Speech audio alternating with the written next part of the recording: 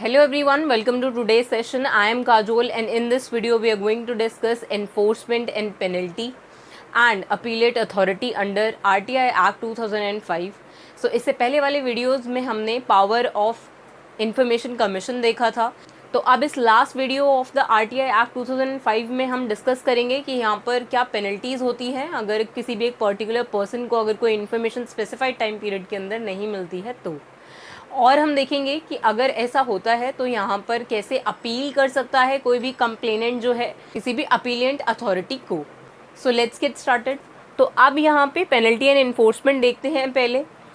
Every public authority to appoint an officer as the public information officer. तो अब यहाँ पे हर किसी पब्लिक अथॉरिटी को, आपको याद होगा हमने पब्लिक अथॉरिटीज़ का टॉपिक डिस्कस करते वक्त देखा था कि वहाँ पर पब्लिक अथॉरिटीज़ हम किनको कहते हैं और उनके एग्जाम्पल्स क्या क्या होते हैं, जिनमें हमने डिस्कस किया था कि वहाँ पर मिनिस्ट्री ऑफ डिफेंस जो है या फिर मिनिस्ट्री ऑफ एजुकेशन है।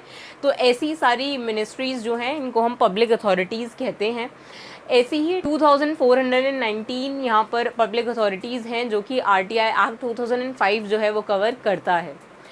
तो अब ऐसी ही जो पब्लिक अथॉरिटीज़ हैं उनको एक ऑफिसर को अपॉइंट करना मैंडेटरी है यहाँ पर अंडर RTI Act 2005, जिसको हम बोलेंगे कि वो पब्लिक इन्फॉर्मेशन ऑफिसर होगा जो एड्रेस करेगा किसी की भी RTI को उस एक पर्टिकुलर पब्लिक अथॉरिटी के रिगार्डिंग।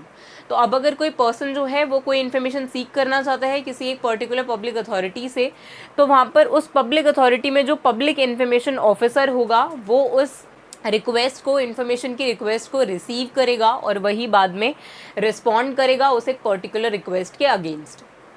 तो इसीलिए यहाँ पर पब्लिक अथॉरिटी को एक पब्लिक इन्फॉर्मेशन ऑफिसर को अपॉइंट करना मैंडेटरी होता है यहाँ पर।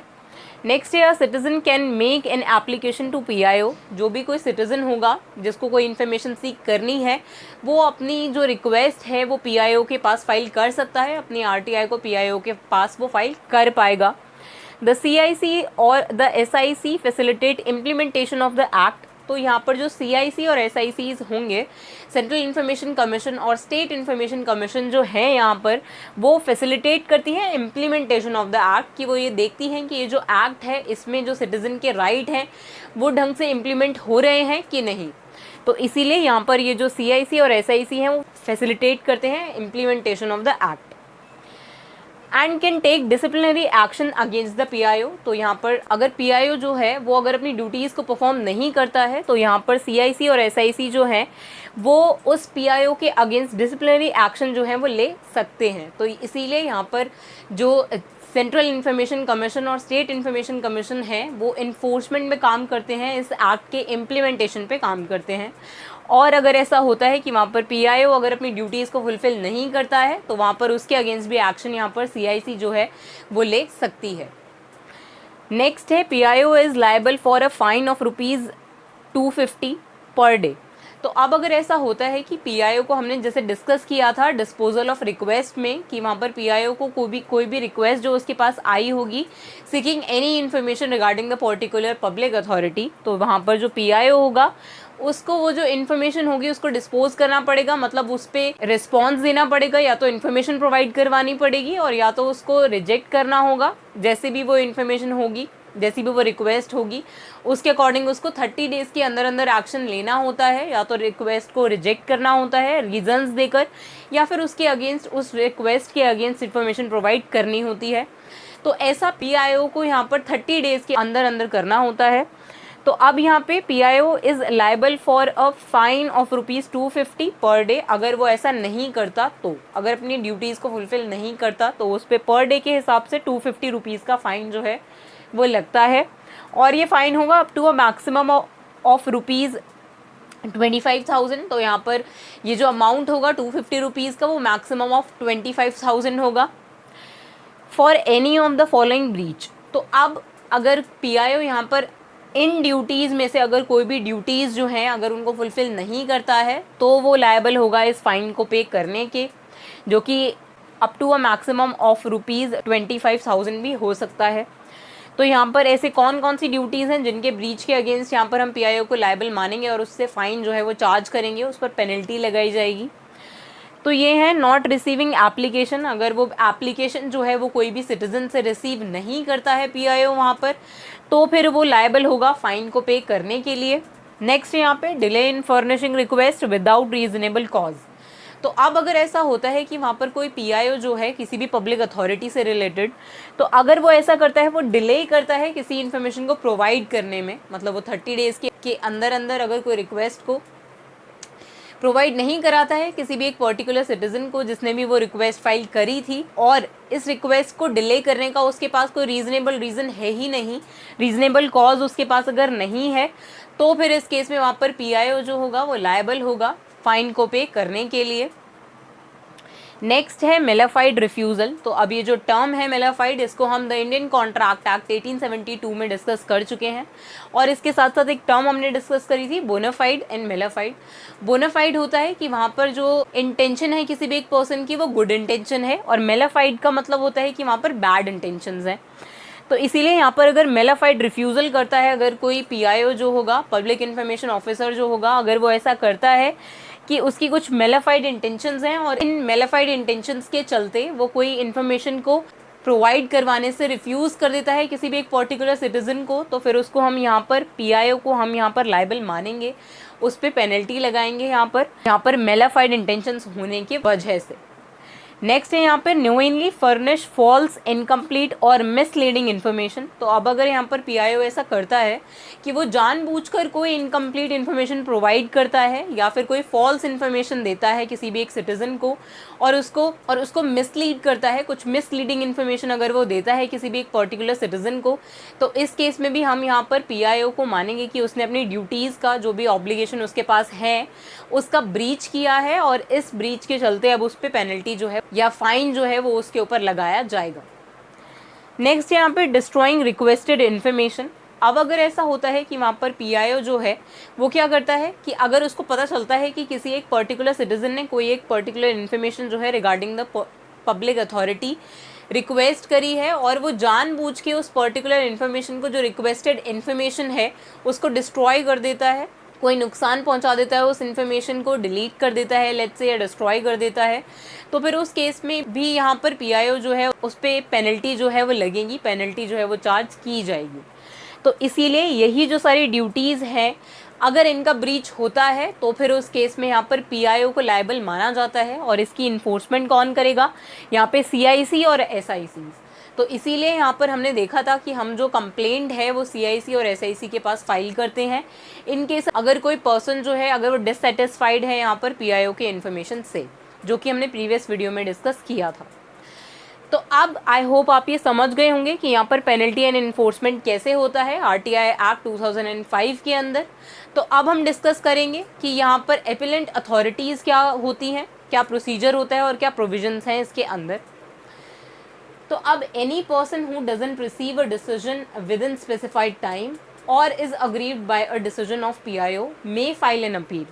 तो अब यहाँ पे जो एपिलेंट अथॉरिटी है वहाँ पर कोई भी पर्सन जो है अगर उसको ऐसा लगता है कि उसको जो इन्फॉर्मेशन उसने रिक्वेस्ट करी थी उसको वो स्पेसिफाइड टाइम के अंदर नहीं मिली है, या कोई वो डिससेटिस्फाइड है अगर कोई भी डिसीजन से, तो फिर वो यहाँ पर अपील जो है वो फाइल कर सकता है। अगर वो डिससेटिस्फाइड है किसी भी डिसीजन से या फिर स्पेसिफाइड टाइम के अंदर अगर उसको कोई इन्फॉर्मेशन जो है वो नहीं मिली है, तो फिर इस केस में वो अपील जो है वो फाइल कर सकता है अगेंस्ट द पीआईओ।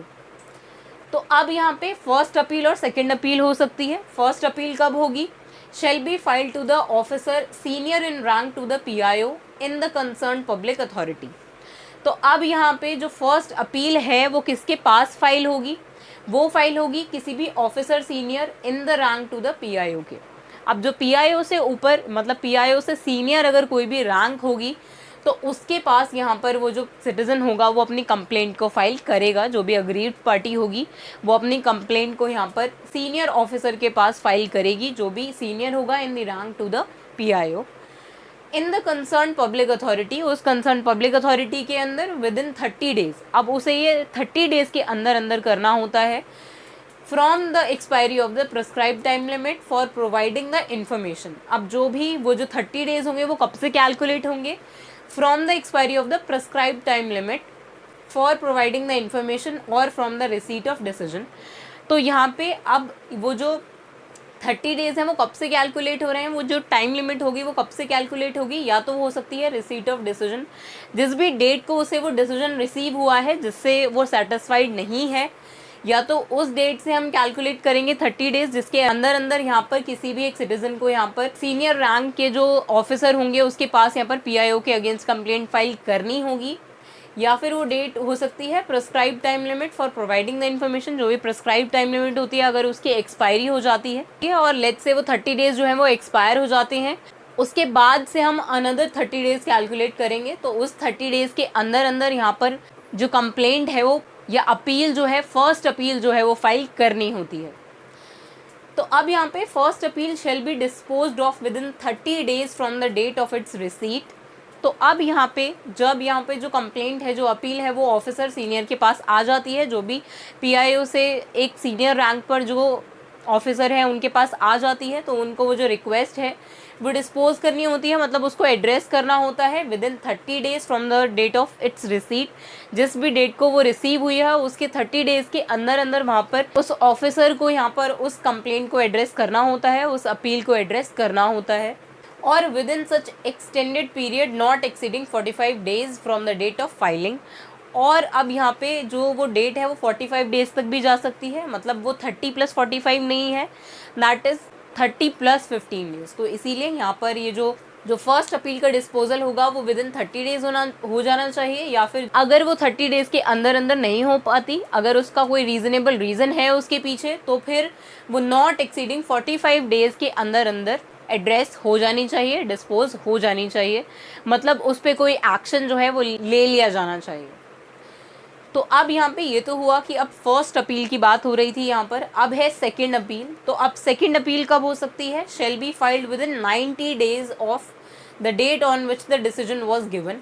तो अब जो फर्स्ट अपील का जो डिसीजन है वो आ गया होगा, उसके 90 डेज के अंदर अंदर यहाँ पर सेकंड अपील को भी फाइल करना होता है। पे 90 डेज के अंदर अंदर यहाँ पर सेकंड अपील को भी फाइल करना होता है, on which the decision was given should have been made by the first appellant authority. जो भी फर्स्ट अपीलेंट अथॉरिटी है उसने जब अपना डिसीजन दिया था उसके 90 डेज के अंदर अंदर यहाँ पर जो सेकंड अपील है उसको एड्रेस करना होता है। तो इसीलिए यहाँ पर ये जो राइट्स हैं ये मिलते हैं किसी भी एक सिटीज़न को कि अगर वो सेटिस्फाइड नहीं है डिसीजन से या फिर कोई भी इंफॉर्मेशन से, तो वो अपनी कंप्लेंट को अपीलेंट अथॉरिटी के पास फाइल कर सकता है। और वो कौन हो सकती है, वो अपनी फर्स्ट अपील जो है वो कहाँ फाइल कर पाएगा, जो भी एक सीनियर रैंक का ऑफिसर होगा पीआईओ से उसके पास। तो इसीलिए अब यहाँ पे जो फर्स्ट अपील है वो 30 डेज़ के अंदर अंदर होनी चाहिए, और जो सेकंड अपील है वो 90 डेज़ के अंदर अंदर फाइल हो जानी चाहिए। तो अब ये जो टाइम पीरियड है ये एक्सटेंडेबल है सिर्फ उन्हीं केसेस में जिन केसेस में कोई रीज़नेबल रीज़न है यहाँ पर सिटीज़न के पास उस कंप्लेंट को 30 डेज़ के अंदर अंदर फाइल ना करने का, या फिर 90 डेज़ के अंदर अंदर फाइल ना करने का। तो इसके पीछे कोई रीज़नेबल रीज़न होना चाहिए, तभी यहाँ पर अलाउ करते हैं कि सिटीज़न यहाँ पर अपनी फर्स्ट अपील कर सकता है या सेकंड अपील जो है वो कर सकता है। अगर उसने कोई प्रिस्क्राइब टाइम लिमिट जो है, जो 30 डेज़ और 90 डेज़ हैं, अगर वो इन डेज़ के अंदर अंदर अपनी रिक्वेस्ट जो है उसको फाइल नहीं कर पाया, तो उसके पास कोई रीज़नेबल रीज़न होना चाहिए, और फिर उसके बाद हम उसे अलाउ कर देते हैं कि वो अपनी फर्स्ट और सेकंड अपील जो है वो कर सकता है। तो आई होप अब आप आरटीआई एक्ट 2005 को समझ गए होंगे। तो अब इसके नेक्स्ट वीडियो में हम एक फ्रेश एक्ट से स्टार्ट करेंगे। So see you in the next video. Thank you.